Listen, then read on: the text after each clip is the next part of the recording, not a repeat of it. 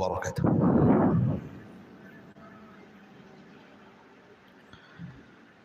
Alhamdulillah wassalatu wassalamu ala Rasulillah wa ala alihi wa sahbihi wa mawalah.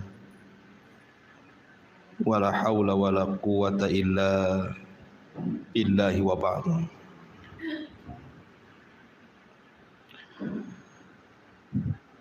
Alhamdulillah, di pagi menjelang siang ini kita kembali mengkaji tafsir dari surah-surah pendek di dalam juz amma.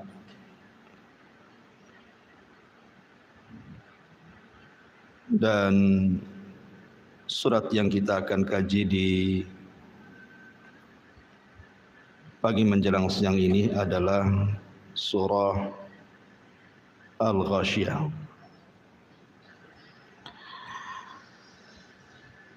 Ma'asyiral muslimat yang dimuliakan Allah Subhanahu wa taala. Surah Al-Ghashiyah ini adalah surat yang menceritakan tentang hari kiamat.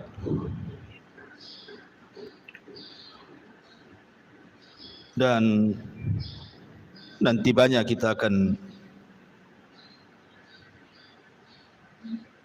melalui penjelasan-penjelasan para ulama di mana surah Al-Ghashiyah ini menceritakan dua kondisi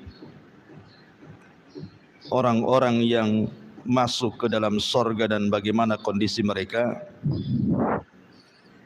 dan juga orang-orang yang Allah Subhanahu wa taala masukkan ke dalam neraka dan juga bagaimana kondisi mereka.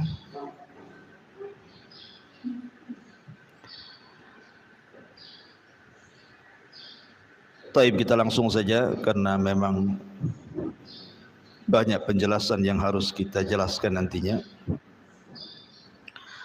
A'udzubillahi minasyaitonirrajim. Bismillahirrahmanirrahim. Hal ataka hadithul ghashiyah. Sudahkah sampai kepadamu ya Muhammad berita tentang Al-Ghashiyah? Apa itu Ghashiyah? Ada yang berpendapat bahwa Ghashiyah itu adalah ismun min asma al-qiyamah, satu di antara nama-nama kiamat. Dan nama-nama kiamat itu di dalam Al-Quran sampai mencapai 82 nama tentang kiamat itu. Ada Al-Qari'ah, kemudian juga Al-Qiyamah, dan begitu seterusnya. Lah salah satunya dari 82 nama kiamat itu adalah Al-Ghashiyah. Dan dalam kaidah Al-Quran, sebuah peristiwa yang banyak namanya menunjukkan itu bukan peristiwa biasa, tapi peristiwa yang luar biasa. Ya, karena kiamat itu peristiwa yang luar biasa. Tapi juga ada yang mengatakan bahwa Al-Ghashiyah itu ismun min asma'in nar, nama dari nama-nama neraka. Jadi nama neraka itu salah satunya adalah Al-Ghashiyah. Makanya Allah Subhanahu wa taala menyebutkan dalam surah Ibrahim ayat 50, syarabiluhum min qatiran wa taghsha wujuhahumun nar. Pakaian mereka terbuat dari cairan aspal dan wajah-wajah mereka taghsha. Taghsha itu artinya tertutupi oleh apa? oleh api neraka. Taghsha itu sama dengan kalimat ghasyiyah. Jadi di sini ada dua penafsiran. Bisa dimaknai al-ghasyiyah itu satu di antara nama-nama kiamat, dan penafsiran yang kedua, ghasyiyah itu satu di antara nama-nama neraka jahanam. Di sini Allah Subhanahu wa taala mengatakan hal ataka hadithul ghasyiyah. Apakah khitab dalam ayat ini diberikan kepada Nabi sallallahu alaihi wasallam? Maknanya, sudahkah sampai kepada wahai Muhammad berita tentang kiamat? Ataukah khitab ini kepada setiap orang yang membaca Al-Quran? Maknanya, sudahkah sampai kepada anda yang membaca Al-Quran berita tentang kiamat? Dan dua-duanya bisa dijama', digabungkan. Karena setiap khitab, orang yang diajak bicara, itu disebut khitab. Setiap khitab yang dikhitabkan kepada Rasul juga berlaku kepada umat Rasul. Hal ataka hadithul ghasyiyah. Wujuhu yawma idzin khashi'ah, amilatun nasibah, tasla naran hamiyah. Kemudian Allah Subhanahu wa taala mengatakan pada hari kiamat banyak wajah-wajah yang tertunduk lagi terhina. Kenapa? Karena mereka bekerja sangat keras, lagi kepayahan, tetapi ujungnya mereka memasuki api neraka yang sangat-sangat panas. Di sini para ulama memberikan catatan kepada kalimat wujuhu yawma idin khashi'ah amilatun nasibah tasla naran hamiyah. Ada yang mengatakan bahwa ayat ini bercerita tentang hari kiamat. Apabila manusia dibangkitkan di padang mahsyar setelah tiupan sangkakala kedua Israfil,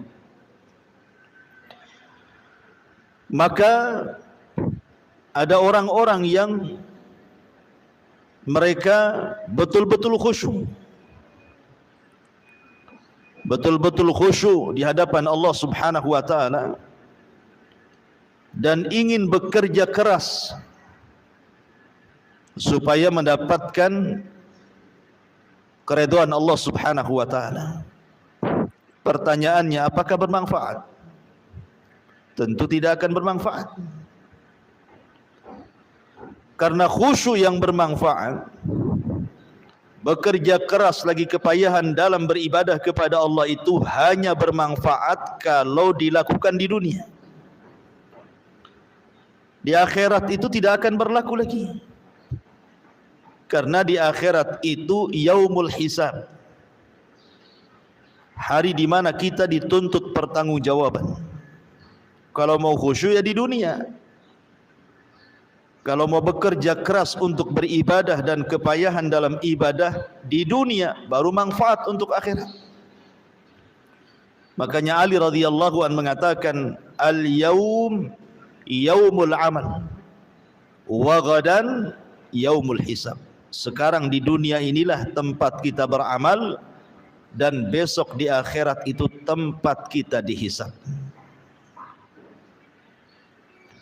Jadi kalau ingin khusyuk ya di dunia. Dan ibadah itu memang ada kepenatan, ada kelelahan. Ibu sholat, lelah sholat itu. Kalau mau mengikuti betul-betul sunnah Nabi SAW. Karena ibadah itu kan tingkatan-tingkatan tuh. Ada ibadah itu jelek sekali, ada ibadah itu pertengahan, ada ibadah itu baik sekali. Dan itu yang bisa melakukannya kita sendiri. Ada yang ibadah asal-asalan kan Bu, orang beribadah itu asal-asalan saja. Yang penting kewajibannya menurut dia sudah selesai. Ada ibadah mungkin sedikit agak baik, tapi ada ibadah itu yang betul-betul dia beribadah itu di atas puncak kebaikan. Mulai daripada wudunya betul-betul diperhatikan, pakaiannya, kemudian tempat solatnya, sampai ke gerakan-gerakan solatnya betul-betul dia persembahkan kepada Allah Azza wa Jalla. Artinya itu kembali kepada diri kita yang melakukan ibadah. Karena kehusyuan itu dikembalikan kepada kita sebenarnya. Kalau wudunya saja bermasalah, macam mana mau khusyuk solatnya? Tapi kalau dalam berwudu dia sudah memperhatikan betul-betul bagaimana cara wudu Nabi, kemudian masuk ke dalam solat dan dia memperhatikan bagaimana solat Nabi, sallu kama ra'aitumuni usalli, solatlah kalian sebagaimana melihat aku solat, insyaallah dia akan mendapatkan kekhusyuan. Dan ulama ada yang mengatakan bahwa mendapatkan khusyuk itu karena didahului sebelum solat dia tidak pernah bermaksiat. Kalau sebelum solat dia bermaksiat kepada Allah, maka masuk ke dalam solat itu akan sulit mendapatkan kekhusyuan. Karena maksiat itu melahirkan keras hati. Ketika masuk dalam solat, kerasnya hati itu menghilangkan khusyuk. Ya. Kemudian yang kedua, menghadirkan azamatullahi azza wa jalla. Betul-betul dia hadirkan kebesaran dan kemuliaan Allah subhanahu wa ta'ala, bahwa dia itu seorang hamba, seorang yang lemah. Di hadapan dia adalah zat yang sangat kuat, yang sangat kaya, maka dia akan mendapatkan kehusyuan tersebut. Ini penafsiran yang pertama. Maksudnya ayat ini bicara tentang hari kiamat. Ada orang-orang yang mereka ingin khusyuk, ingin bekerja keras supaya diterima oleh Allah subhanahu wa ta'ala, tapi percuma. Makanya lihat bagaimana sebagian orang-orang di neraka itu, di padang mahsyar itu, mereka mengatakan sebagaimana dihikayatkan dalam Al-Quran. Mereka mengatakan wa qalu absarna wa sami'na na'mal salihan inna muqinun. Ya Rabb, kami sekarang sudah melihat bagaimana jahanam di hadapannya. Ya Rabb, kami sudah mendengar. Kemudian dia mengatakan absarna wa sami'na na'mal salihan. Kami ingin dikembalikan ke dunia supaya bisa beramal saleh. Dan kami yakin sekarang dengan adanya surga dan neraka. Manfaat? Tidak. Ucapan seperti ini tidak manfaat. Jangankan lagi di akhirat, di alam kubur saja penduduk barzah itu mengatakan, laula akhartani ila ajalin qarib la asaddaqa wa akum minas salihin, kan. Kalau seandainya Allah subhanahu wa ta'ala berikan kesempatan sekali lagi saya hidup di dunia, maka saya akan sedekahkan seluruh hartaku dan saya akan bergabung bersama orang-orang yang soleh. Manfaat? Tidak ada manfaatnya. Karena ucapan ini diucap setelah kematiannya. Begitu juga setelah terjadinya kiamat, tidak ada manfaat. Tetapi yang bermanfaat itu harusnya ketika dia masih hidup, dia mengatakan sami'na wa ata'na. Dia tidak mengatakan sami'na wa absarna, karena di dunia kan perkara-perkara surga neraka itu kan gaib, tidak melihat, sehingga harus diyakini Dan keyakinan itu cukup dengan cara mendengar dan taat. Sami'na wa ata'na. Innama kana qaulul mu'minin idza du'u ila Allahi wa rasulihi liyahkuma bainahum an yaqulu sami'na wa ata'na. Kata kunci seorang mukmin apabila dipanggil Allah dan Rasulnya untuk berhukum dengan sesuatu, maka mereka mengatakan kami dengar dan kami taat. Ini satu penafsiran. Penafsiran yang kedua, ayat ini bicara tentang al-Yahud wan Nasara. Ayat ini bicara tentang kaum Yahudi dan kaum Nasrani. Jadi orang-orang Yahudi, orang-orang Nasrani digambarkan oleh Allah Subhanahu wa taala wujuhu yauma idzin khasyah. Pada hari kiamat wajah-wajah mereka tertunduk hina karena di dunia bekerja keras dan kepayahan, tapi di akhirat tasla naran hamiyah. Percuma kerja kerasnya, ujung-ujungnya masuk neraka. Dalam sebuah athar yang dinukilkan oleh Imam Ibnu Katsir rahimahullahu taala, jadi suatu ketika Umar bin Khattab radhiyallahu an melewati tempat tinggal seorang pendeta. Di zaman Umar itu lewat di sebuah daerah, di situ melewati tempat seorang pendeta. Lalu Umar memanggil pendeta tersebut. Kemudian tiba-tiba ketika muncul pendeta tersebut di hadapan Umar bin Khattab radhiyallahu an, tiba-tiba kemudian Umar memandang pendeta itu, wayabki, kemudian menangis. Sang pendeta heran, kok gara-gara memandang dia kok bisa nangis gitu ya. Akhirnya pendeta mengatakan, ya Amiral Mukminin, ma yubkik. Wahai Amiral Mukminin, apa yang membuat anda menangis ketika melihat diriku?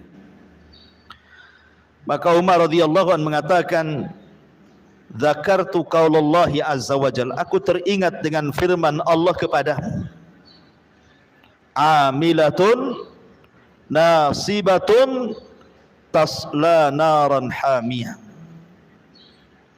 Kata Umar bin Khattab radhiyallahu an, ada orang-orang yang bekerja keras dan juga kelelahan, keletihan dalam beramal saleh di dunia, tapi ujung-ujungnya Allah masukkan ia ke dalam neraka. Fadzakal ladzi abkani, itulah yang menjadikan aku menangis, kata Umar. Sambil mengisyaratkan kepada pendeta itu maksudnya. Ya. Kenapa demikian? Karena setelah diutusnya Nabi SAW, seluruh agama tidak berlaku. Inna dina indallahil Islam. Agama yang paling diridhai Allah itu hanyalah agama Islam. Wa man yabtaghi ghairal islami dinan falan yuqbala minhu. Barang siapa yang mencari selain Islam itu sebagai agamanya, falan yuqbala minhu, dia tidak akan diterima. Cukup sampai di sini tidak? Wa huwa fil akhirati minal khasirin, dan dia di akhirat termasuk orang-orang yang rugi. Kenapa bahasa Quran mengatakan di akhirat termasuk orang rugi? Kenapa tidak Allah katakan di akhirat masuk neraka umpamanya? Di akhirat masuk jahanam, di akhirat akan diadab. Tetapi Allah bahasakan wa huwa fil akhirati minal khasirin, dan dia di akhirat termasuk orang rugi, ya karena di dunia lelah letih ibadah, tapi di akhirat masuk neraka kan rugi.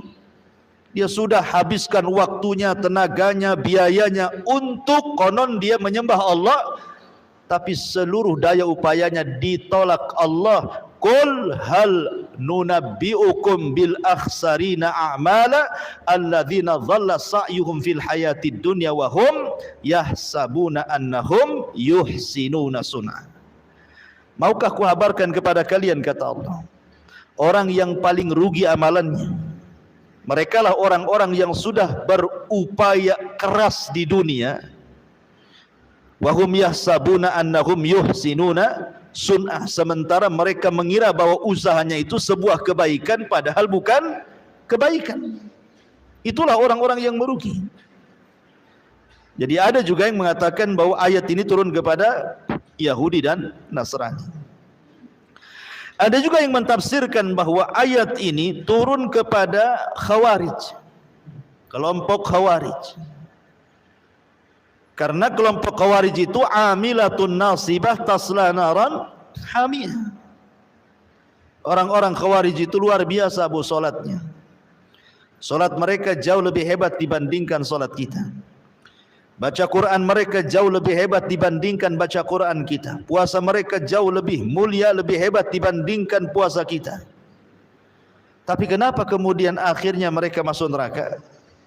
Dan Rasul katakan yamruquna minad-din kama yamruqus sahmu minar ramiyah. Mereka melesat dari Islam seperti anak panah keluar dari busurnya. Karena amalan mereka tidak mencontoh Nabi. Amalan mereka tidak mencontoh Nabi. Makanya kemudian percuma amalannya, karena amalan yang tidak mencontoh Rasul, kata Nabi SAW, man amila amalan laisa alaihi amruna fahuwa raddun. Barang siapa yang beramal yang tidak ada perintahnya dalam urusan kami, kata Rasulullah, maka amalan itu tertolak.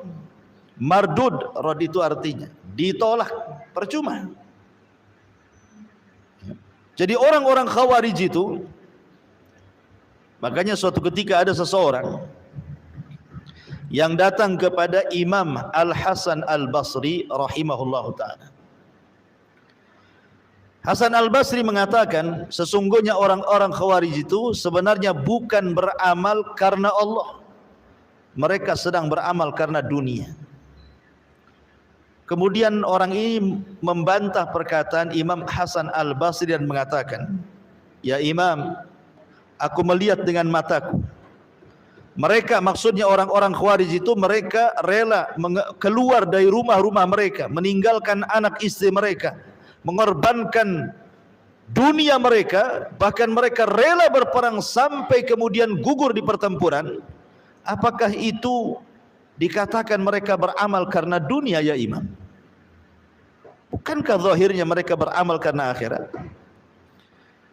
Kemudian Imam Hasan Al-Basri membantah orang ini dan mengatakan, karena kan orang-orang Khawarij itu kebiasaan mereka memberontak kepada pemerintah yang sah.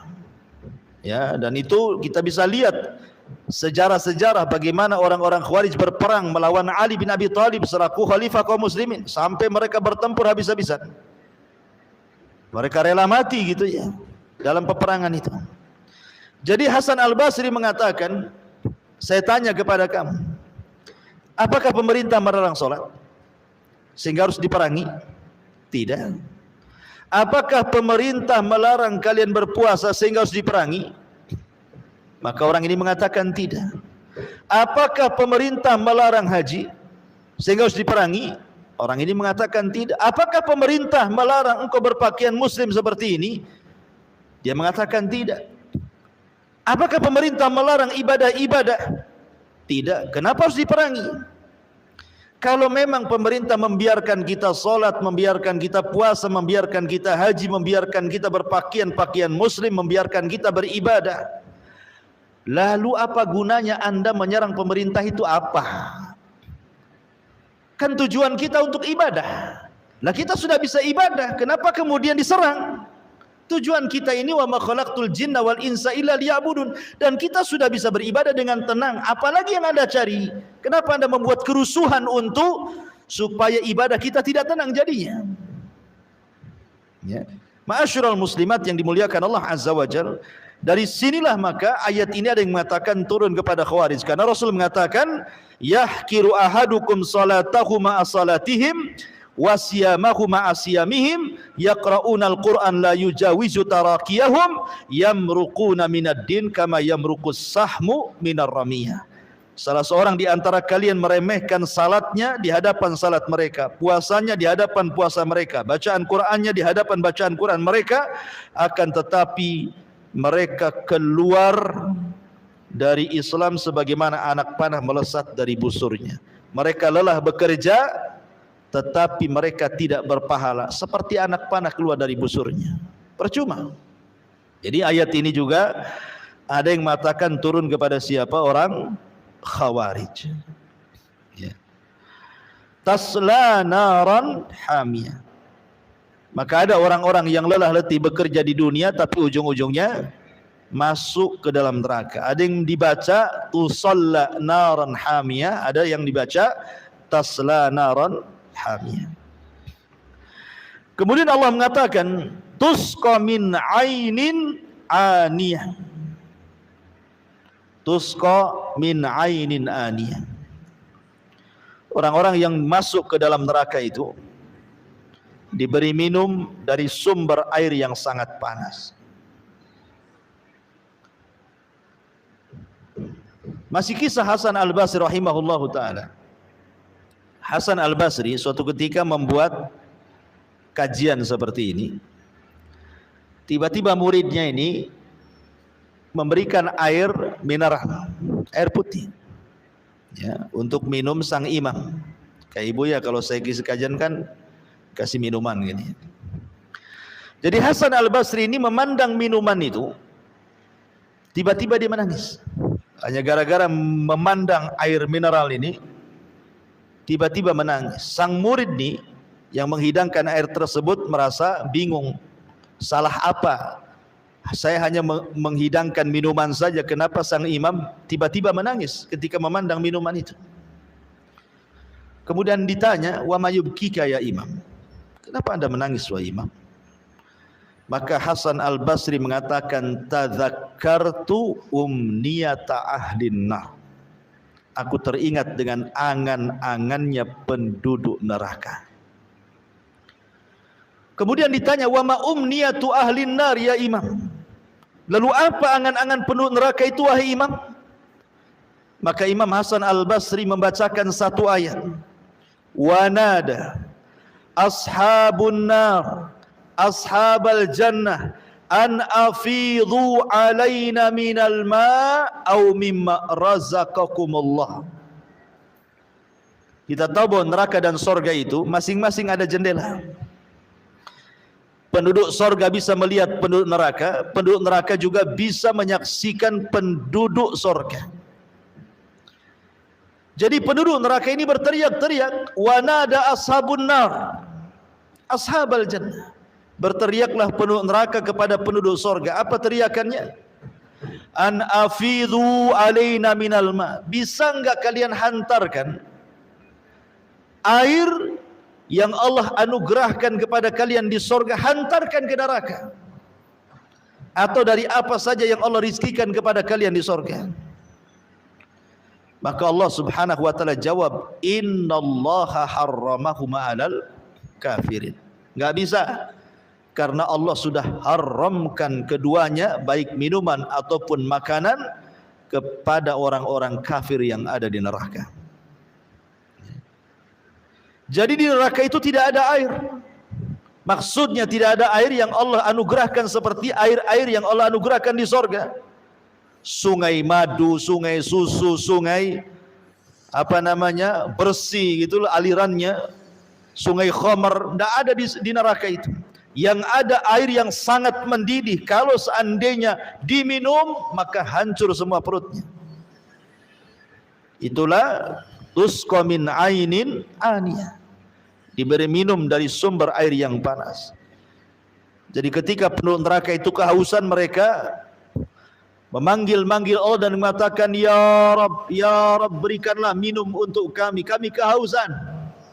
Maka mereka akan disuguhkan air minum yang sangat panas sekali, yang menghancurkan seluruh badannya. Kemudian Allah mengatakan, laisa lahum ta'amun illa min dharih. Laisa lahum ta'amun illa min dharih. Tidak ada makanan bagi mereka penduduk neraka selain daripada pohon dhari'. Apa pohon dhari'? Ada yang mengatakan bahwa pohon dhari ini sejenis tumbuhan yang banyak durinya. Tumbuhan yang banyak durinya.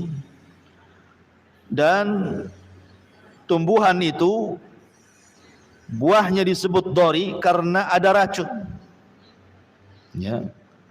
Ada racun yang kalau seandainya tumbuh di bumi, binatang pun tidak mau dekat karena beracun. Jadi buahnya banyak durinya dan beracun. Ya. Ini dhari yang ada di bumi. Bagaimana dhari yang ada di neraka? Tentu makanan ini sangat-sangat luar biasa, tidak bisa dimakan dan bisa menghancurkan tenggorokan. Belum lagi sampai ke perut, tenggorokan sudah hancur karena banyak durinya. Ketika dia hendak memasukkan air untuk mendorongnya, malah hancur semuanya. Kenapa kemudian disebut dhari? Dhari ini artinya tadarru'. Tadarru' itu memelas bahasa kitanya. Ya. Karena ketika makanan ini dimakan, dia memelas kepada Allah supaya dikeluarkan. Ya Allah sampai tersiksa dia, sehingga memelas gitu ya, supaya dikeluarkan lagi karena sudah tidak bisa dikeluarkan, sudah nyarang di tenggorokan dia dan menghancurkannya. Makanya kemudian disebut dhari, karena dia tadarru, memelas kepada Allah untuk dikeluarkan, tapi tidak bisa karena sudah masuk ke dalam rahang dia dan menghancurkan rahangnya. Sebelum ke perutnya, rahangnya sudah hancur duluan. Ma'asyiral muslimat yang dimuliakan Allah Azza wa Jalla. Ada juga yang mengatakan bahwa makanan penduduk neraka itu adalah makanan dari darah dan nanah penduduk neraka itu sendiri. Jadi kalau penduduk neraka itu kelaparan, maka akan disuapi nanah dan darah dari penduduk neraka itu sendiri. Sebagaimana Allah menyebutkan dalam surah Haqqah 36, wala ta'amun illa min ghislin, dan tidak ada makanan bagi penduduk neraka kecuali ghislin. Ghislin itu artinya perpaduan nanah dan darah, itulah makanan. Ada juga yang mengatakan bahwa makanan penduduk neraka itu disebut zakum, pohon zakum, yang Allah katakan inna syajarataz zakum ta'amul athim kal muhli yagli fil butun ka ghalil hamim. Sesungguhnya pohon zakum adalah makanan bagi orang-orang yang berdosa, sebagaimana minyak yang panas yang mendidih dalam tubuh, sebagaimana mendidihnya air yang sangat panas sekali. Jadi bukannya mengenyangkan, malah kemudian menghancurkan. Makanya dalam sebuah penafsiran, datang Abu Jahal hendak mengejek tentang pohon zakum. Jadi kata Abu Jahal ini, dia mengatakan kepada orang-orang jahiliyah, ya ma'syara Quraisy, hal tadruna ma syajaratuz zakum allati yukhawifukum biha Muhammadun. Wahai orang-orang Quraisy, tahukah kamu apa itu pohon zakum? Pohon zakum ini tumbuh di neraka, akarnya sampai ke dasar jahanam. Jadi Abu Jahal ini ingin mengolok-olok Nabi dan mengatakan, wahai orang-orang Quraisy, tahu enggak kalian pohon zakum itu? Yang Muhammad itu selalu menakut-nakuti kalian dengan pohon itu. Maka orang itu mengatakan, la ya Abu Jahal, tidak, kami tidak tahu apa itu zakum. Apa kata Abu Jahal?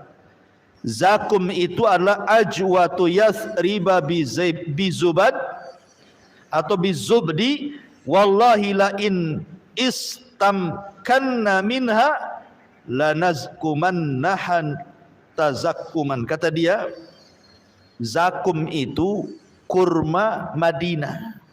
Kata Abu Jahal itu kurma Madinah loh, kata. Bukan apa-apa, kata Abu Jahal itu. Kemudian dia mengatakan, demi Allah, seandainya saya bisa mendapatkan pohon zakum, niscaya saya akan memakan pohon itu dan akan memakan dari buahnya sepuas-puasnya. Ini kan kurang ajar kan, mengejek. Ya, Abu Jahal mengejek Nabi SAW, mengejek ayat-ayat Al-Quran. Padahal lihat bagaimana Nabi SAW mengatakan, lau anna qitratan minaz zakum, kalau seandainya ada satu getah, ya, getah dari pohon zakum itu, qutirat, menetes di bumi, la amarrat ala ahlil ardi aisyahum fa kaifa man laisa lahum ta'amun illa zakum. Maka niscaya akan merusak kehidupan seluruh penghuni bumi. Bagaimana lagi dengan mereka yang tidak ada makanan kecuali pohon zakum itu. Jadi kalau seandainya getahnya saja, satu tetes saja itu getah zakum neraka itu diteteskan di bumi, satu dunia makanan akan rusak. Satu dunia minuman akan rusak. Tidak bisa dimakan dan minum. Itu baru getahnya tuh kata Rasul. Gimana kalau makan? Maka di sini apa yang dikatakan Abu Jahal itu hanya hendak memperolok-olok Al-Quran dan Nabi SAW. Dan semua makanan dan minuman di sorga itu kata Allah la yusmin wa la yugni minju, tidak menggemukkan dan tidak menghilangkan lapar. Ibu kalau lapar kemudian makan pasti kenyang. Apalagi kalau biasanya makan satu piring, ibu makan 3 piring, pasti kenyang. Coba saja. Ya. Kalau ibu haus nih, ibu minum 1 gelas, apalagi 1 jerigen, hilang tuh hausnya. Yang ada kembung perut kan itu. Tapi ini makanan ini, ketika lapar dimakan, bukan makin kenyang, makin lapar. Dan ketika minuman itu diminum, bukan hilang hausnya, makin kehausan. Makanya Allah mengatakan la yusmin wa la yughni min ju', tidak menggemukkan dan tidak pula menghilangkan lapar. Orang kalau banyak makan kan lama-lama gemuk kan. Ya, apalagi kalau sudah makan malam pasti gemuk. Tetapi makanan di neraka itu sama sekali tidak menggemukkan dan juga tidak mengenyangkan. Ini disebut kondisi halu ahli nar. Kemudian Allah Subhanahu wa taala mulai menjelaskan bagaimana kondisi penduduk surga. Ya. Begitulah Allah kalau menyebutkan neraka pasti setelah menyebutkan surga. Ya, karena dalam teori dakwah juga ada namanya targhib, ada namanya tarhib. Ada sifatnya menakut-nakuti, ada sifatnya memberi kabar gembira biar seimbang, biar orang enggak takut terus, maka diceritakan surga. Biar tidak menangis juga terkadang tersenyum dan tertawa. Allah mengatakan wujuhun yauma idzin na'imah. Pada hari itu ada wajah-wajah yang berseri-seri. Naimah itu artinya wajah orang yang tidak pernah susah hidupnya. Itu disebut naimah. Karena membedakan wajah orang sulit, orang susah dengan wajah orang yang gembira dan senang itu nampak di dunia saja, Bu. Ada anak kecil usia 3 tahun umpamanya. Yang satu anak pejabat, ya, hidupnya di gedung mewah, fasilitasnya luar biasa, bajunya bagus-bagus, makanannya enak-enak, terawat, ada AC-nya, ada pembantunya, semua nikmat isi rumahnya. Dengan anak usia 3 tahun tinggal di Ruli, kan beda, Bu, ya? Ya, sudah ngontrak, kemudian cuman 2 meter pula tingginya, pakai seng, kalau panas kayak di open. Ya, nggak punya pakaian. Makanannya juga kadang ada yang dimakan, kadang enggak. Coba kumpulkan 2 anak itu, kan nampak tuh bedanya kan? Ya. Nampaklah bedanya. Kalau anak yang orang susah sekali kan, bajunya saja kadang-kadang penuh dengan pulau. Ya, entah pulau apa tuh di bajunya tuh. Karena enggak mampu membeli Baiklin-nya untuk nyuci. Ya, yang penting dikucek sajalah ya. Kemudian dari kulitnya juga beda gitu ya. Tetapi anak orang kaya kan nampak. Itulah disebut kalau ada orang hidup di tempat nikmat, maka disebut wajahnya itu disebut naimah, berseri-seri. Jadi orang yang mendapatkan nikmat dengan orang yang tidak akan dapat nikmat itu dari wajahnya nampak, Bu. Orang kalau senang, kalau orang awam itu senang-senang, kadang-kadang siul nggak jelas, kan? Senyum, senyum, siul gitu ya. Tapi kalau lagi sulit tuh diem, kemudian mukanya masem, maunya emosi gitu ya, kan nampak tuh. Di dunia saja nampak tuh naimah dengan tidak naimah tuh. Apalagi di sorga. Saya contohkan sebuah hadis. Didatangkan nanti di hadapan Allah pada hari kiamat, min an'ami ahli dunia. Orang ini ketika di dunia termasuk orang yang paling diberikan nikmat. Bayangkan bahasa hadis menggunakan isim tafdil, an'am ahli dunia. An'am itu artinya tidak ada kenikmatan kecuali Allah berikan kepada dia. Rumahnya megah gitu ya, uangnya banyak, fasilitas nikmatnya, pokoknya hidupnya sejak lahir sampai mati senang saja, tidak pernah susah. Tetapi Allah takdirkan dia termasuk penduduk neraka, didatangkan di hadapan Allah. Kemudian oleh Allah dicelupkan sekali celupan ke neraka, diangkat lagi. Kemudian Allah tanya kepada dia, hal marra bika min ni'amin qad. Kamu selama di dunia, dari mulai lahir sampai usia kamu anggaplah 100 tahun, kau tidak pernah sulit. Setelah aku celupkan kau ke neraka, masih terbayang enggak kenikmatan itu? Dia mengatakan, wallahi ma marra bi min ni'amin qattun. Demi Allah, tidak ada kenikmatan yang sudah pernah saya alami di dunia terlintas sedikit pun tidak. Padahal sejak bayi sampai mati dia senang saja. Tapi sekali dicelupkan di neraka, hilang tuh semua memorinya tuh. Nggak terbayang lagi dia dulu punya mobil, dia dulu punya rumah, dia dulu punya kebun, dia dulu punya uang, dia dulu makan enak, istrinya cantik, dan nggak lagi, hilang udah. Nggak terbayang sedikit pun tuh, bayangkan. Begitu ngerinya neraka, baru dicelupkan saja tuh. Tetapi kata Nabi SAW, ada orang yang dihadapkan kepada Allah min akhbathi ahlil ardi, termasuk orang yang paling susah sejak lahir sampai mati, tidak pernah senang hidupnya, susah, tidak punya rumah, hidup di bawah jembatan, cari rizki pun susah, kadang harus minta-minta, menahan malu, pokoknya susah lah. Semua kesusahan ada pada dia sejak lahir sampai mati.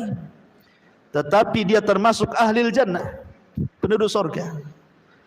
Kemudian Allah panggil, Allah celupkan di sorga. Kemudian habis dicelupkan, diangkat lagi dari sorga.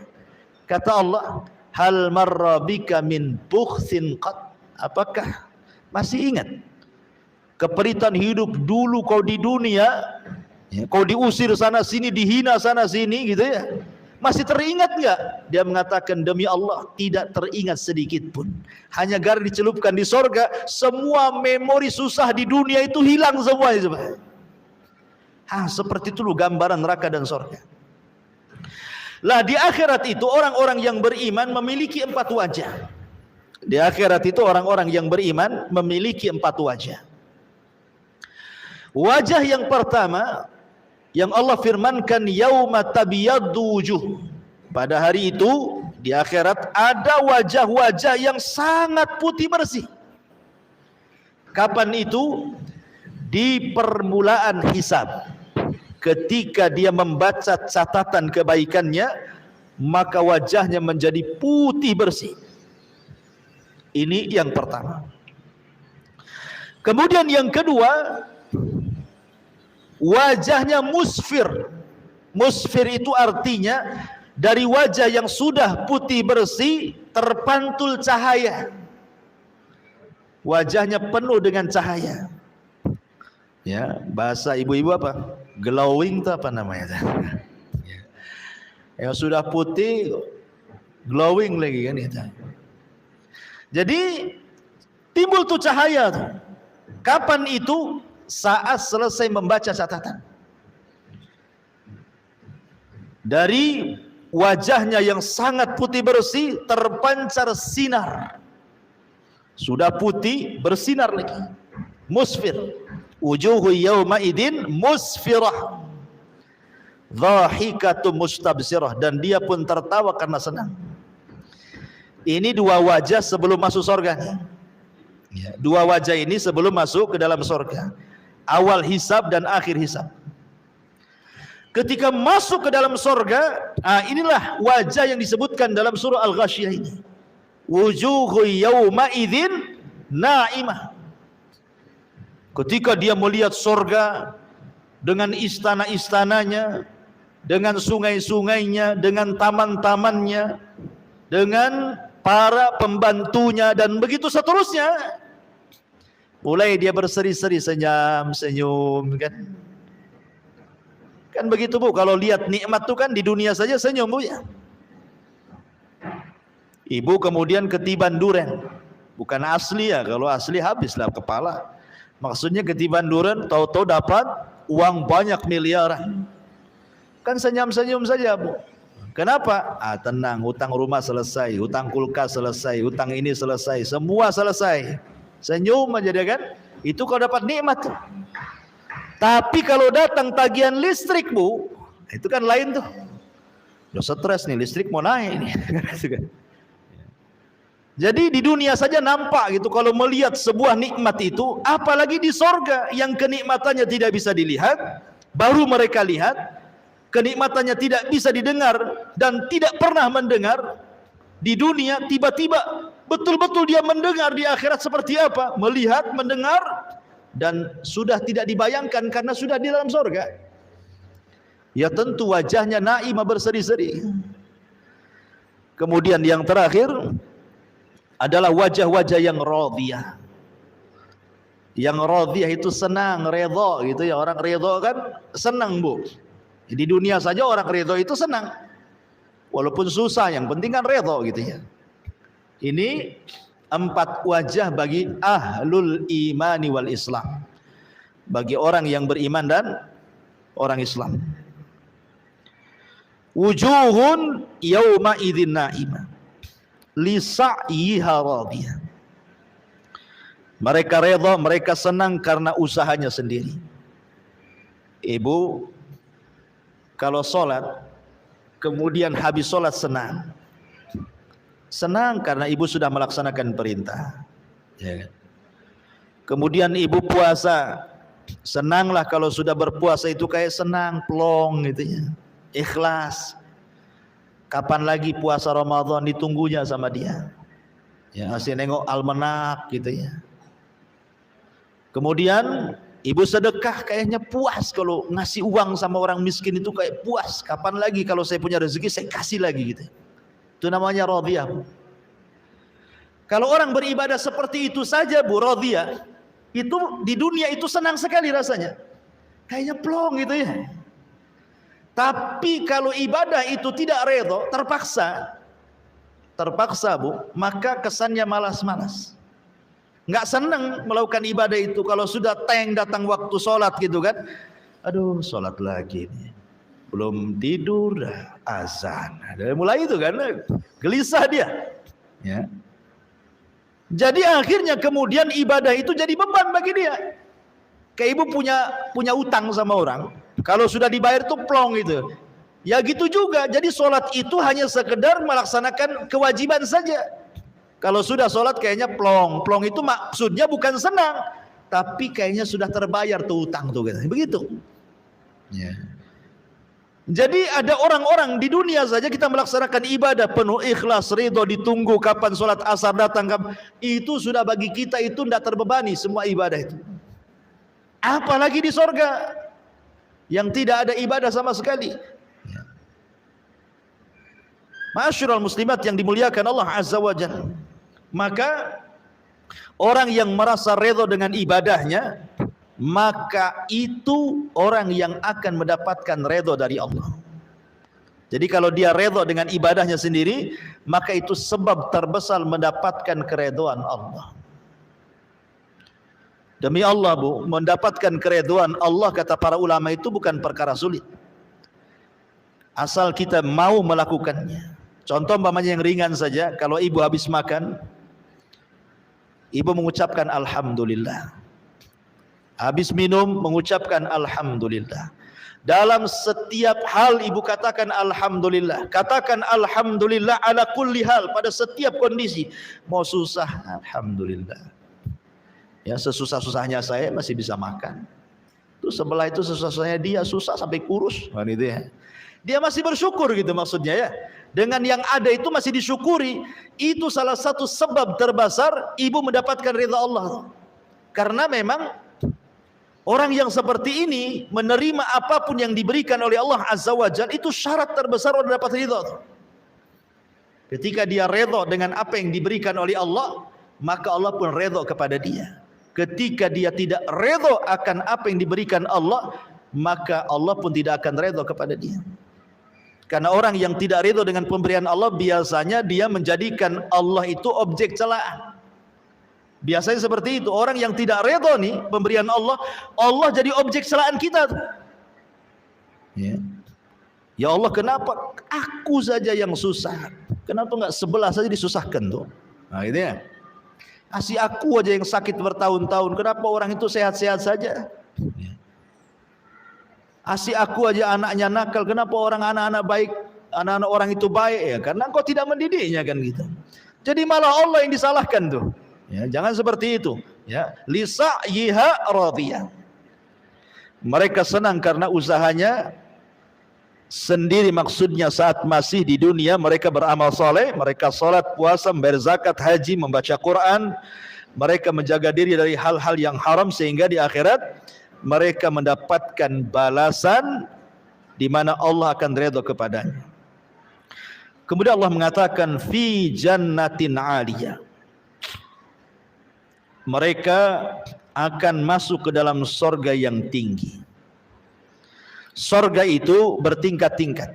Makanya sering saya katakan Syekhul Islam Ibn Taimiyah sampai ketika memberikan sarahan hadis, Allah memanggil penduduk sorga dan mengatakan iqra wartaq warattil kama kunta turattil fid dunya fa inna manzilataka inda akhiri ayatin taqrauha. Bacalah Quran wahai fulan sambil kau naik. Maksudnya terbang. Ya, di sorga itu semua manusia akan terbang karena tidak ada gravitasi. Kalau di bumi itu kan ada gravitasi. Jadi kita disedot bumi, makanya tidak bisa terbang. Coba kalau keluar angkasa sana, ya kan pada terbang tuh orang-orang yang ke bulan tuh. Nah, di sorga itu tidak ada gravitasi, sehingga orang bisa terbang. Dikasih rop-rop gitu ya, kasih sayap di punggung, terbang. Ya, Allah mengatakan Iqra, baca Quran, terbang kau ke atas. Pilih tingkatanmu di sorga itu, karena sorga itu tinggi, bertingkat-tingkat, makin tinggi makin indah, makin tinggi makin indah gitu ya. Dan terus baca, tartilkan bacaanmu sebagaimana di dunia engkau mentartilkan bacaanmu. Nanti engkau akan mendapatkan tingkatan di mana disesuaikan dengan ayat yang kau baca terakhir di dunia. Artinya semakin banyak membaca Quran, semakin gemar dengan Al-Quran di dunia, maka semakin tinggi tingkatannya. Dari hadis ini kata Ibnu Taimiyah rahimahullah ta'ala, beristimbat hukum bahwa tingkatan di sorga itu sebanyak ayat di dalam Al-Quran. 6.500 kurang lebih ayat di Quran kan?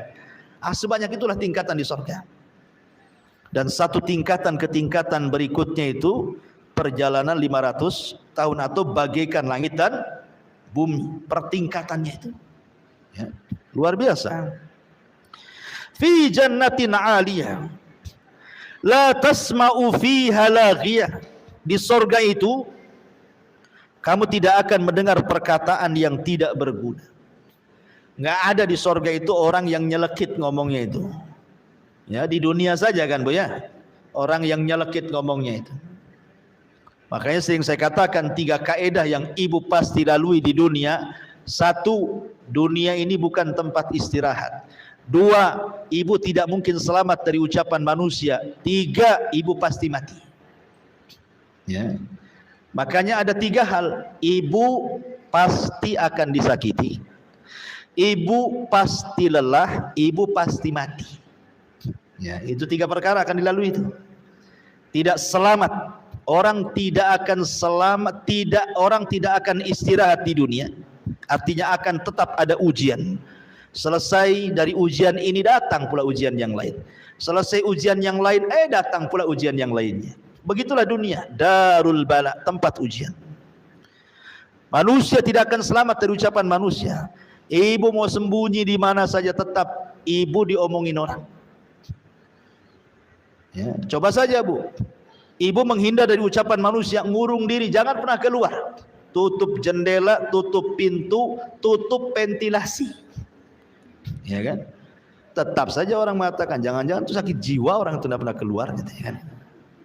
Ya, padahal niat dia supaya jangan salah ngomong, salah bergaul, sehingga dia ngurung diri. Itu saja dibilang gila, dibilang sakit jiwa kan? Artinya orang nggak mungkin lepas. Makanya biarkan orang bicara, Bu. Biarkan, capek sendiri dia. Ya, biarkan dia bicara. Kemudian orang pasti mati. Makanya ibu akan senantiasa disakiti dan ibu akan lelah dan ibu akan mati. Makanya perlu dua hidup di dunia itu, sabar dan beriman dengan takdir. Sabar mau diapakan lagi? Memang seperti itu orang hidup di dunia kan, harus sabarlah. Dan beriman dengan takdir, bahwa ujian dan ucapan orang itu semua sudah ditakdirkan. Kalau orang berjalan dengan takdir, tenang, biarkan sudah ngomong. Dia ngomong gitu sama saya kan sudah takdirnya, memang di hari ini ngomong sama saya. Nah, selesai kan? Ya.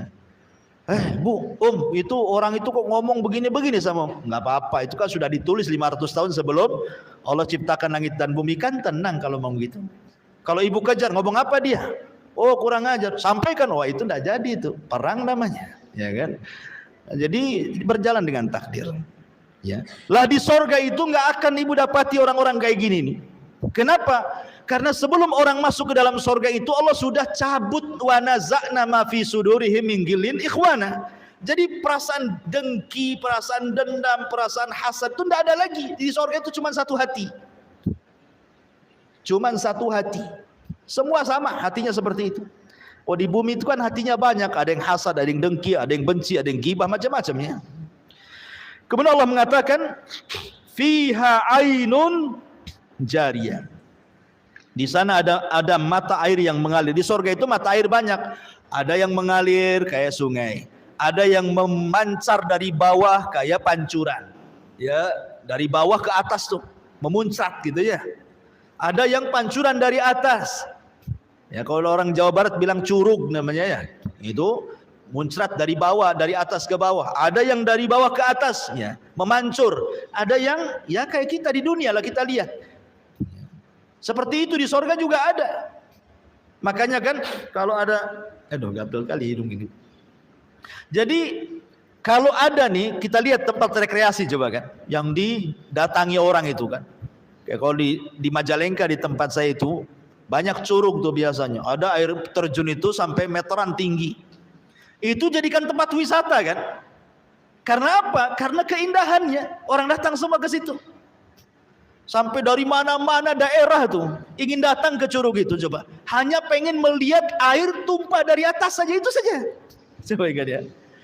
Lah di sorga lengkap, ada yang tumpah dari atas, ada yang muncrat dari dalam bumi ke atas gitu ya, dari dalam sorga ke atas, ada yang mengalir, lengkap di sorga itu. Kelas salah satunya adalah fiha ainun jariyah.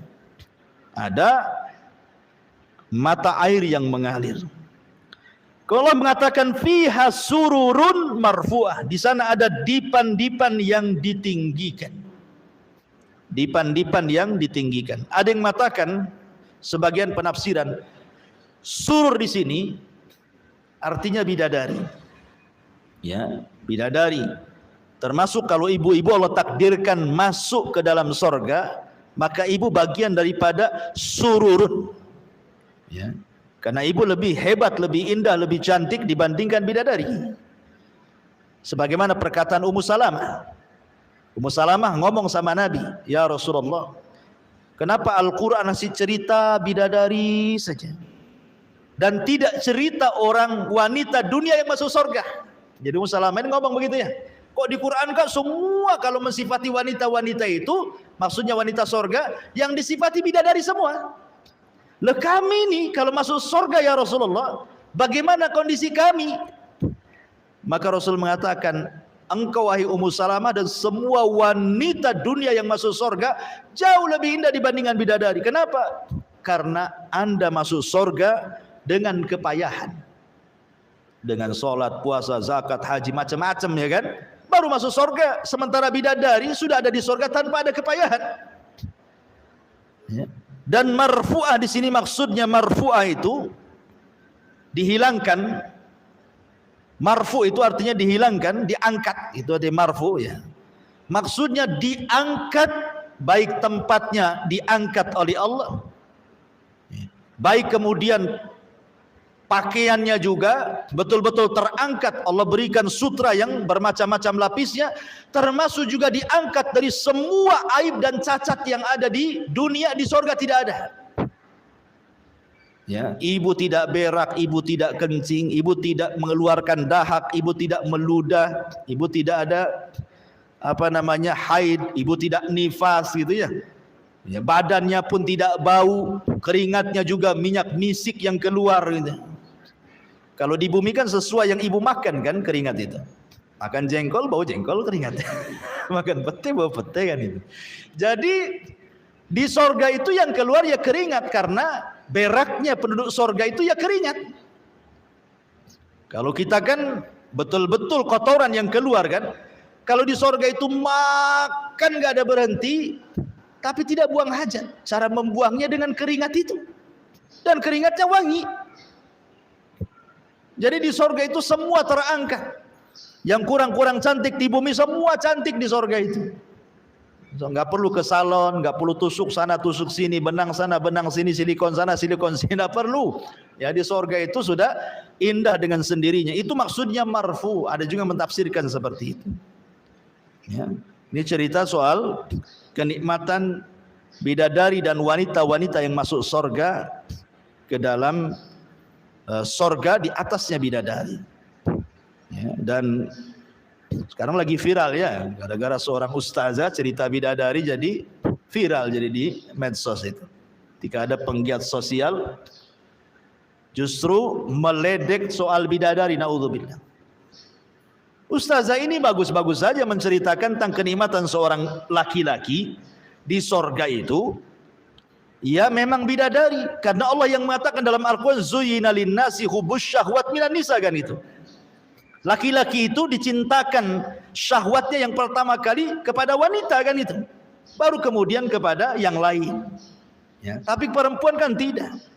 Kemudian komen juga, kalau laki-laki dapat bidadari, perempuan dapat apa? Dapat Tupperware katanya. Astagfirullah. Ini kan kurang ajar Bu ya. Ya. Perempuan itu kenikmatannya jelas banyak. Apa yang disukai di dunia Allah berikan di akhirat semuanya. Sesuai dengan fitrahnya kan gitu. Jadi ini masalah-masalah ilmiah. Jangan kemudian dibantah dengan lelucon. Bantah secara ilmiah kalau tidak suka. Ya namanya khilaf itu ya biasa dalam Islam. Tapi bantah secara ilmiah. Apalagi sampai kemudian mengucapkan kalimat jorok, naudzubillah. Tidak perlu saya ceritakan. Ya, ibu tonton di YouTube saja. Dan jangan lupa juga YouTube Humairah Channel.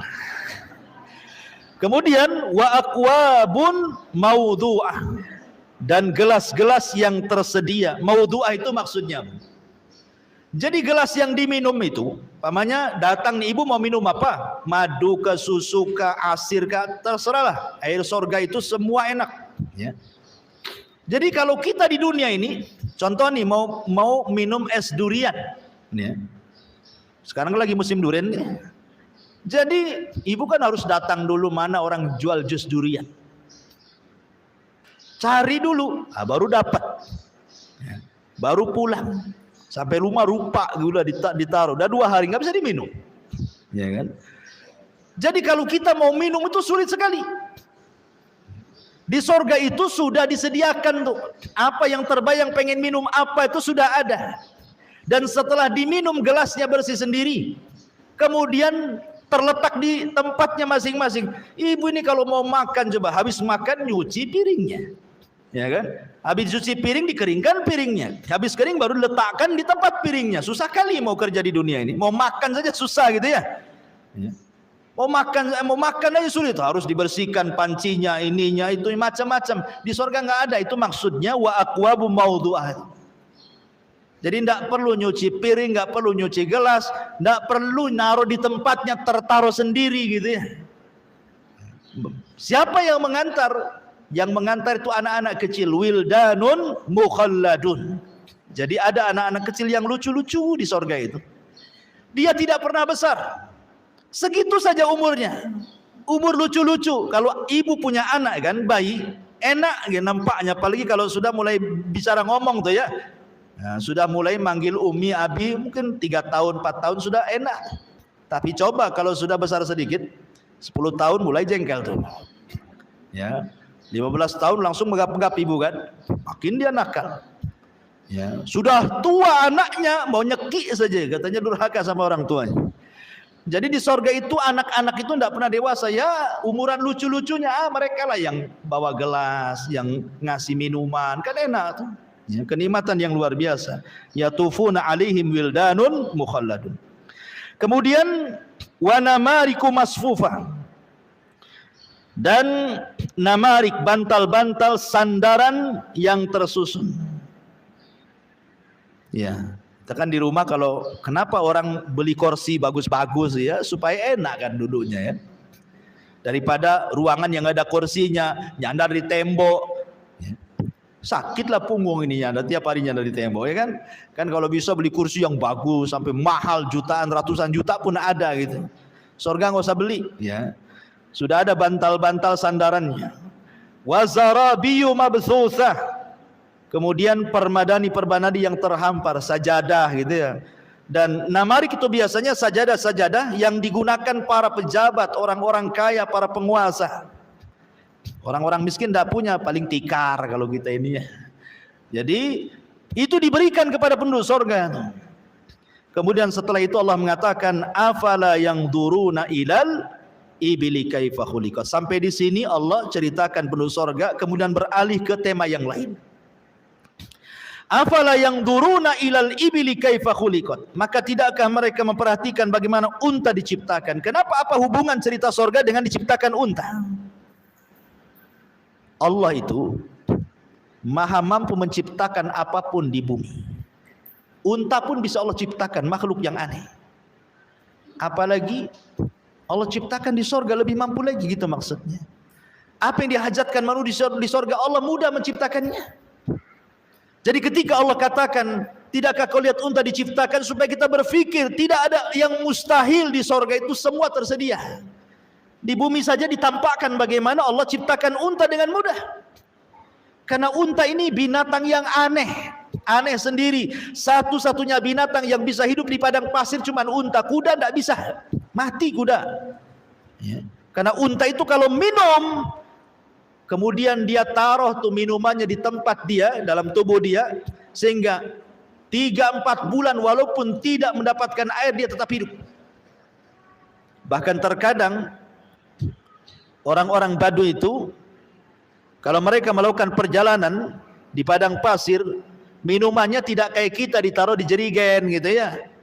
Di aqua gelas tuh apa ya, di aqua botol, enggak. Ditaruh di perut unta itu. Jadi kalau butuh minum tinggal dicucukkan aja nanti keluar airnya. Simpanan unta tuh. Coba dia bisa menyimpan air dalam tubuhnya tuh. Kalau kuda 3 hari tak minum matilah di padang pasir kepanasan. Ya, tapi unta luar biasa. Dan unta itu binatang yang paling jeli. Kalau dia pergi sekali saja dia bisa pulang tanpa nyasar. Padahal padang pasir kalau diinjak datang angin tertutuplah bekas injakannya kan, sehingga tidak ada bekas kita ini berjalan karena sudah tertutup dengan pasir yang terbawa angin. Tapi unta tahu kemana dia pergi, kemana dia pulang, nggak pernah nyasar.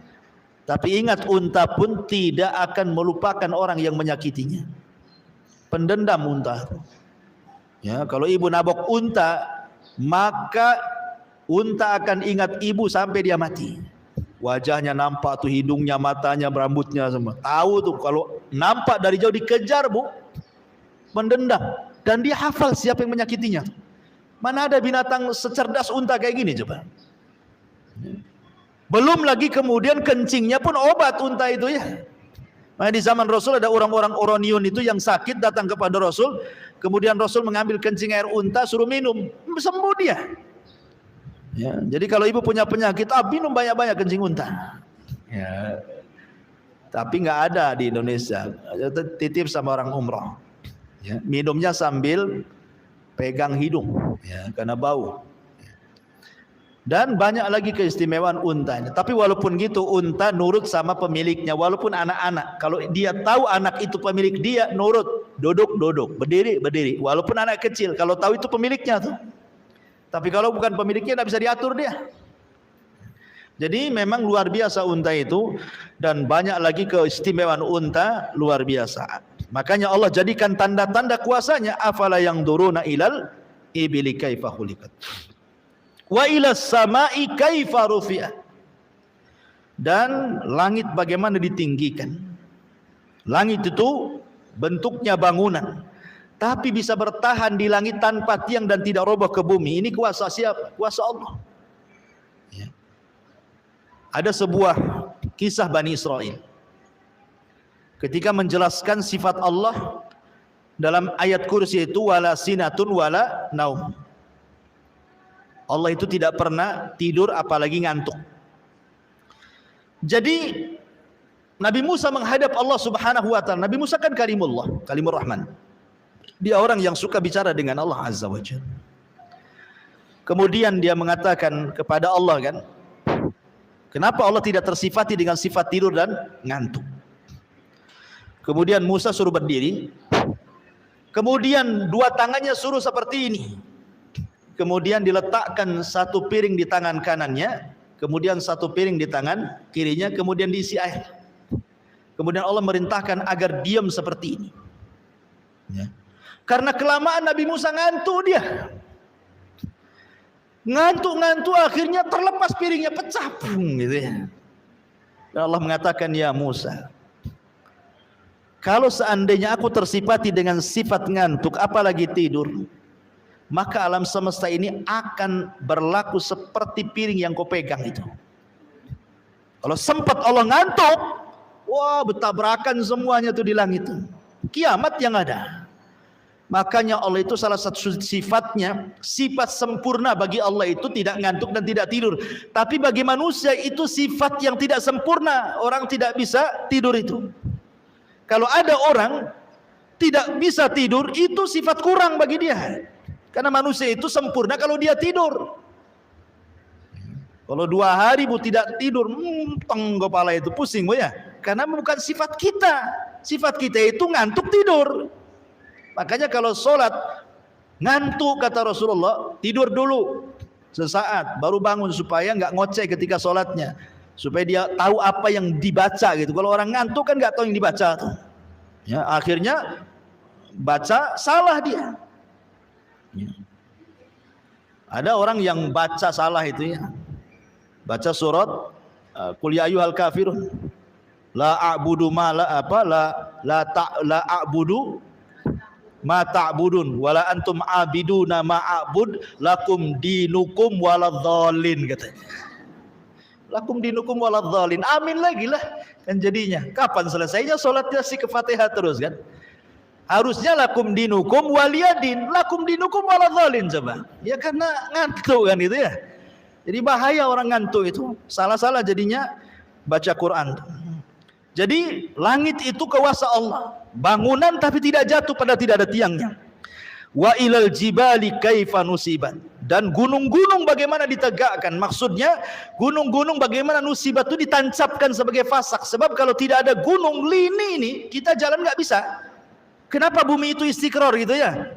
Kita bisa jalan pakai kaki bisa, pakai sepeda bisa, motor bisa, mobil. Karena buminya diam. Coba kalau buminya gempa sedikit, oyong kita mau jalan. Siapa yang menjadikan bumi diam? Allah. Pakai apa? Pakai gunung ditancap-tancapkan jadi pasak. Makanya buminya diam. Nah, itulah kuasa Allah ya. Makanya pada hari kiamat, caranya Allah membuat bumi ini hancur dengan cara apa? Dicabut dulu gunungnya. Dicabut dulu gunungnya, kemudian diterbangkan ke langit, ditubruk-tubrukan gunung satu dengan sehingga tinggal debunya. Makanya Allah mengatakan seperti kapas yang berterbangan, berhamburan. Nah, ketika sudah tidak ada gunung, terjadi gempa, hancur bumi, ya kan? Kemudian wa ilal ardi kaifa sutihat, dan bumi bagaimana dihamparkan. Ya, bagaimana dihamparkan sehingga kita bisa hidup, bisa bangun rumah gitu ya, karena Allah sudah fungsikan di beberapa tempat di bumi itu ada khusus perumahan, ada gunungnya, ada lautnya, ada sungainya, dan seimbang. Tidak ada air laut tumpah ke bumi, padahal secara teori lautan lebih tinggi dibandingkan daratan, tapi kenapa tidak tumpah coba? Ya itu kuasa Allah lah kan gitu. Ya. Itu kuasa Allah Subhanahu wa taala. Kemudian Allah Subhanahu wa taala berfirman, fadzakir innama anta mudzakkir lasta alaihim bimusaitir illa man tawalla wa kafar fayu'dzibuhu Allahul adzabal akbar inna ilaina iyabahum thumma inna alaina hisabahum. Maka berilah peringatan wahai Muhammad, sesungguhnya engkau wahai Muhammad hanyalah tugasnya memberi peringatan. Engkau bukan orang yang berkuasa atas mereka, kecuali jika ada orang yang berpaling lagi kafir, maka Allah akan mengazabnya dengan azab yang besar. Sesungguhnya kepada kamilah mereka akan kembali. Kemudian sesungguhnya kewajiban kamilah membuat hisab perhitungan atas mereka. Taib, ini ayat yang terakhir. Jadi Allah Subhanahu wa taala memerintahkan Rasul untuk memperingatkan manusia. Subhanallah. Kalau ibu sedikit saja memandang sejarah Nabi, bagaimana Nabi SAW berdakwah mengingatkan manusia itu luar biasa. Rasul itu berdakwah siangnya, malamnya, sembunyi-sembunyinya, terang-terangannya, menghabiskan waktunya, tenaganya, biayanya, hartanya, bahkan harta istrinya ludas untuk berdakwah. Walaupun demikian, tetap balasan orang-orang Quraisy itu ada yang mencaci, memaki, menghina, mengatakan Rasul gila, mengatakan Rasul tukang sihir, mengatakan Rasul pemecah belah. Akhirnya Rasul diintimidasi, akhirnya Rasul diusir. Terkadang ada rencana pembunuhan sampai hijrah dari Mekah ke Madinah. Bayangkan. Ini penderitaan Nabi luar biasa. Untuk siapa coba kalau bukan untuk kita? Tetapi Nabi SAW mengajarkan kepada kita agar jangan pernah lelah, jangan pernah bosan. Fadzakir, terus berikan peringatan, terutama kepada keluarga, kepada tetangga, kepada orang-orang. Innama anta mudzakir, karena tugas kita hanya memberikan peringatan. Apalagi tugas kita ini menyampaikan hidayah Allah kepada manusia. Soal hidayah itu diterima atau tidak, lasta alaihim bimusaitir, itu bukan urusan kita, bukan urusan Nabi. Ya, engkau bukanlah orang yang berkuasa atas mereka memaksa hidayah. Tidak, tugas kita menyampaikan kebenaran. Kalau di antara keluarga kita ada yang masih syirik, suka ke dukun, sampaikan ini tidak boleh, ini syirik. Soal terima atau tidak urusan dia. Yang penting saya sudah menyampaikan yang benar. Ya. Kalau ada keluarga kita masih menyelisih sunnah Rasul, kita arahkan ini enggak boleh loh, enggak ada contohnya. Enggak terima, ya terserah dia. Terima alhamdulillah. Tapi kita tidak boleh memaksa. Tugas kita hanya menyampaikan saja ya. Ya. Menyampaikan hidayah Allah kepada mereka, karena taufik itu milik Allah. Sekelas Nabi saja Abu Lahab, pamannya justru jadi musuh. Sekelas Nabi saja Abu Thalib yang orang baik saja, tetap saja tidak masuk Islam, padahal sudah mengakui agama Nabi, mati kafir gitu ya. Karena hidayah itu milik Allah, dan para Nabi diuji seperti itu. Istrinya Nuh kufur, istrinya Lut kufur, ayahnya Ibrahim kufur, dan begitu seterusnya. Karena apa? Lasta alaihim bimusaitir illa man tawalla wa kafar. Ini balasannya. Kalau ibu sudah menyampaikan hidayah kepada manusia, tapi manusia menolaknya, malah berpaling kafir, itu bukan urusan ibu lagi, itu urusan Allah. Fayu'adzibuhu Allahul adzabal akbar, itu urusannya dengan Allah. Ada keluarga kita yang masih berbuat dosa maksiat, syirik dan bid'ah dan begitu seterusnya, ibu peringatkan mereka. Kau tidak mau, sudah, kewajiban ibu sudah selesai, menyampaikan kebenaran. Tinggal dia dengan Allah urusannya. Itu maksudnya ya. Nanti itu ada urusan sendiri, perhitungan dia dengan Allah tuh. Fa yu'adzibuhu Allahul adzabal akbar, maka Allah akan mengazab dengan azab yang besar. Kemudian Allah ingatkan dua perkara, inna ilaina iyabahum thumma inna alaina hisabahum. Sungguh kepada kamilah semua manusia kembali. dan kewajiban kami menghisab mereka. Inna lillahi wa inna ilaihi rajiun. Kita semua datang dari Allah dan akan kembali kepada Allah. Dan di sana ada hisab. Ingat bahwa setiap apa yang kita katakan, kita ucapkan, kita lakukan di dunia, semua ada pertanggungjawaban di hadapan Allah. Dan semua akan kembali kepada Allah dan Allah akan menghisabnya. Ya, makanya kenapa kemudian khitab ayat ini diberikan kepada orang-orang Quraisy. Kenapa? Karena mereka salah satunya mengingkari adanya kehidupan setelah kematian. Maunya mereka itu bebas. Kalau habis maksiat kemudian mati, ya sudah selesai jadi tanah. Ya. Kalau seperti itu, kasihanlah orang baik. Kasihan orang yang dizalimi, tidak ada keadilan kan? Nih, ibu dizalimi. Tiba-tiba kemudian orang yang menzalimi mati jadi tanah, ibu tersiksa sampai mati. Kan gak ada keadilan namanya ya. Makanya supaya ada keadilan, ada hisab di sana. Mungkin ibu tidak dapat keadilan di dunia, tidak ada masalah. Ya. Tapi di akhirat ada zat yang maha adil yang mengadili manusia seadil-adilnya, yang tidak ada satupun hakim di dunia yang mampu menghukum seadil Allah Subhanahu wa taala. Maka menjadi ketenangan bagi kita, ya.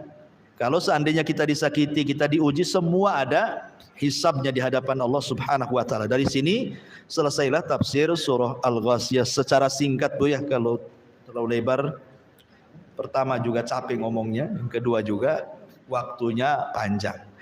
Baik, kita adakan tanya jawab, saya silakan.